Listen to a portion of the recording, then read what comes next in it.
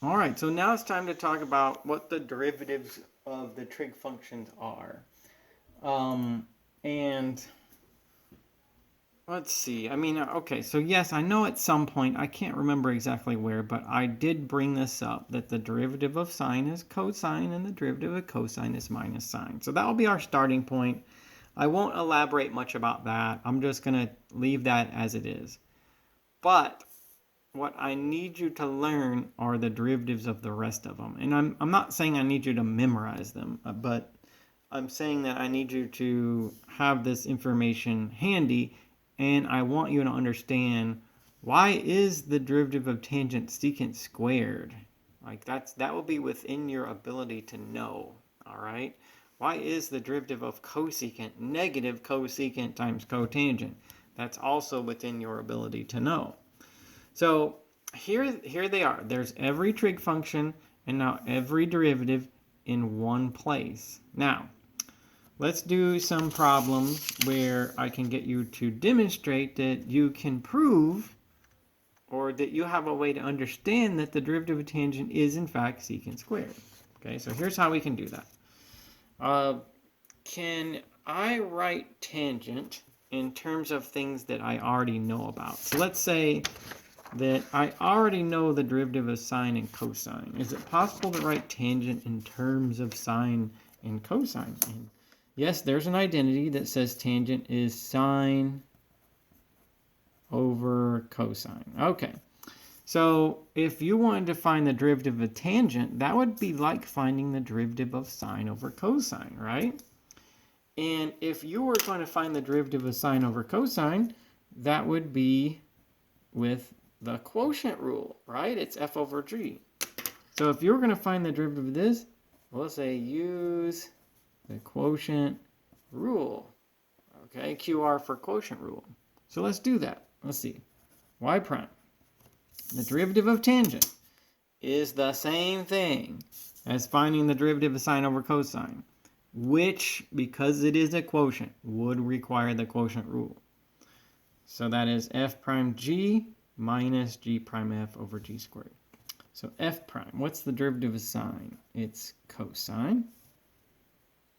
Okay. G cosine. And then I write minus g prime, what's the derivative of cosine? That's minus sine times f, that's sine. Okay. So anyway, I've got that top part of the quotient rule, f prime g minus g prime f over g squared. There's the bottom part. Now, it said here the derivative is secant squared, and at least to most people, that's not going to look like secant squared. So let's see what else we can do with it. Let's see. I got cosine times cosine. That's cosine squared. Okay. I've got these two negatives, so that will amount to addition, and then I've got sine squared. Okay. And then I got cosine squared. Well, you know, that is the cosine of the angle x all squared, but we could write it as cosine squared like that also. Does that look like secant squared to you? Maybe not yet. Let's see. There's an identity. Sine squared plus cosine squared is 1, right? That's one of our old identities, one of the first ones that you learn when you take pre-calculus. So what I'm really looking at here is 1 over cosine squared. Okay, so here's one identity. Sine squared x plus cosine squared of x, that's 1, but what's 1 over cosine? That's secant. They're reciprocals of each other. Okay? So here's the identities that I'm going to be using in this problem. Sine squared plus cosine squared is 1. I get a 1 up there, but 1 over cosine is secant. 1 over cosine squared is therefore secant squared. Okay, so there, it's proven.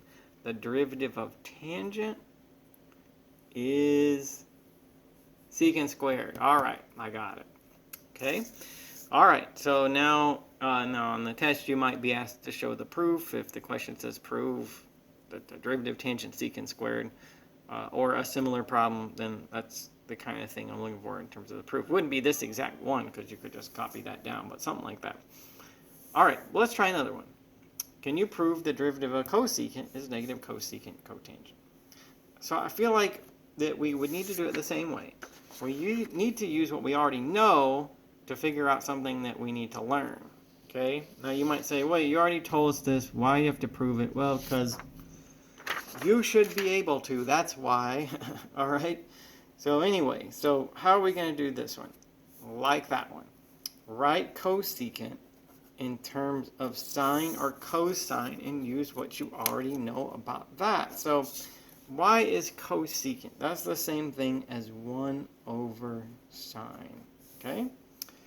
And then that is a fraction. That is a quotient. You could use the quotient rule for that. There's f and there's g. Okay? All right. So we're going to use the quotient rule on that to find y prime, to find the derivative. So let's see. All right, y prime, using the quotient rule. So the quotient rule is f prime g minus g prime f over g squared. So f is 1, f prime is 0. So f prime g minus g prime, what's the derivative of sine? That's cosine, times f, let's do like this, over g squared, so that's going to be sine squared. All right, so that's what I get. Now, on the last one, I didn't write everything from the quotient rule, but I'll do it this time. I should have on the other ones, since we're still learning it. But there, f prime is 0, g is sine x, g prime is cosine x, and f is 1. Okay? All right. So does this look like negative cosecant cotangent? Probably not yet. Maybe some people look at that and they say, oh yeah, that's obviously negative cosecant cotangent, but most of us aren't there yet. So let's see. 0 times sine x, that's all just 0. So what I'm going to get is this. Let's do negative cosine, right? That's what that is. That's a 1 right there, so negative cosine. And then over sine squared x. All right. Does it look like negative cosecant cotangent yet? Probably still not there. But how about this? Can I separate this out this way? Negative. And let's do 1 over sine times cosine over sine. Okay, what do you think about that? Well, first of all, is this equal to that? I say, yeah. I mean, it's negative, and how do you multiply these fractions together? How do you multiply fractions? Straight across. So this is 1 times cosine over sine times sine. That's cosine over sine squared, and this imparts the negative. But what is 1 over sine? 1 over sine is cosecant. What's cosine over sine? Cosine over sine is cotangent. All right, well, yeah, so the derivative of cosecant is negative cosecant cotangent. That's what we wanted to prove. All right, so that's where those come from. It's not like just like out of complete thin air, there are these formulas and they just show up out of nowhere with no explanation.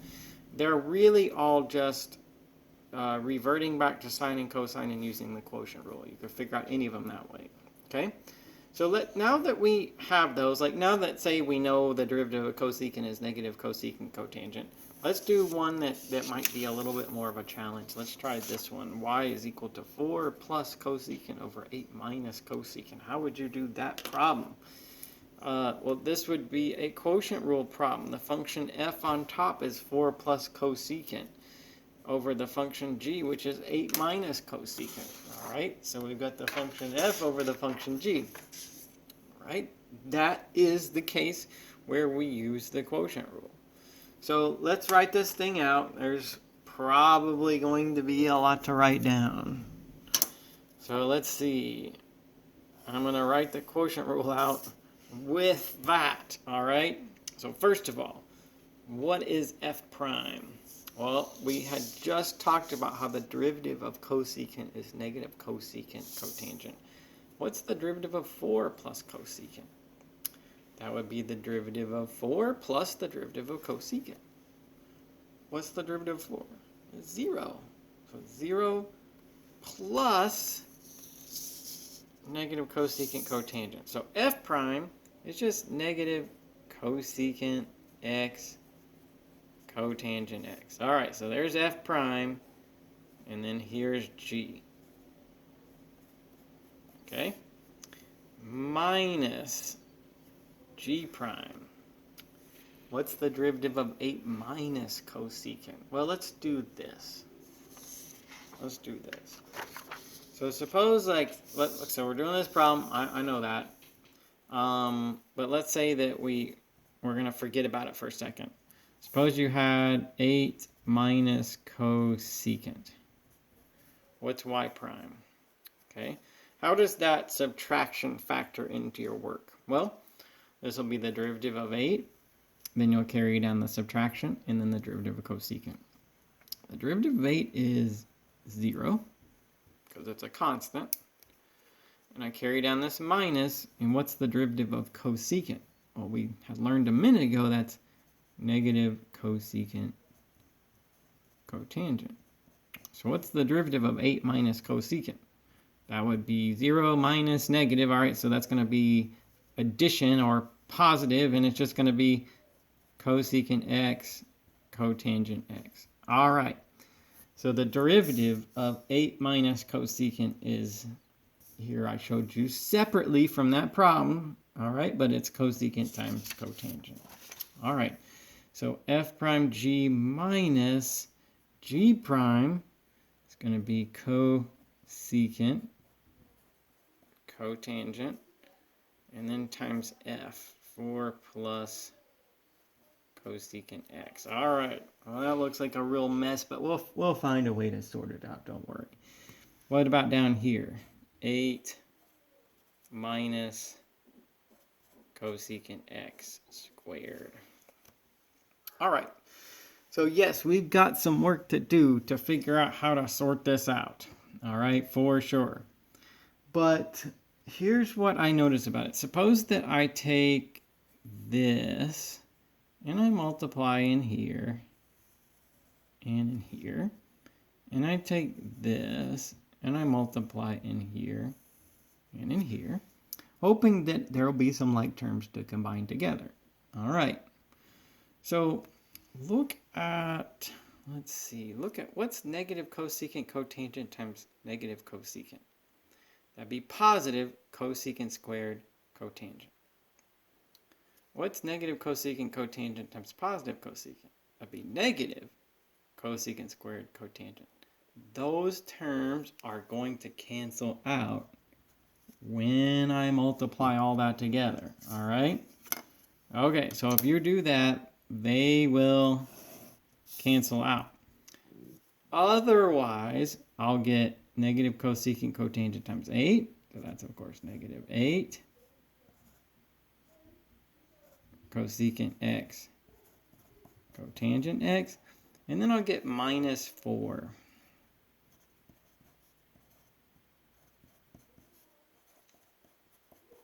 Okay, so I'll emphasize again that this times that and this times that cancel, and I'm just left with the 8 times and the 4 times. All right, and what does that turn out to be? Well, those are like terms, right? Negative 8 cosecant cotangent, negative 4 cosecant cotangent. They're definitely like terms, and they can be added together with a grand total of negative 12. So I'll say negative 12 cosecant x cotangent x over this thing down here, which I'm going to leave alone. It would do absolutely no good to multiply all that out. What would happen if you multiplied all this out? You just have a bunch more terms to worry about. It wouldn't look any simpler, okay? So there we go. There's our derivative, okay? But it's important to realize about it. We use the quotient rule. We have to use the fact that we learned the derivative of cosecant to do that. And then this simplifying part, all right? So I might ask you to make sure, like, you know, if you have any doubt, write this step out between this one and this one to see that those terms that I said would cancel do actually cancel and that you end up here and there. And then I think you've got it.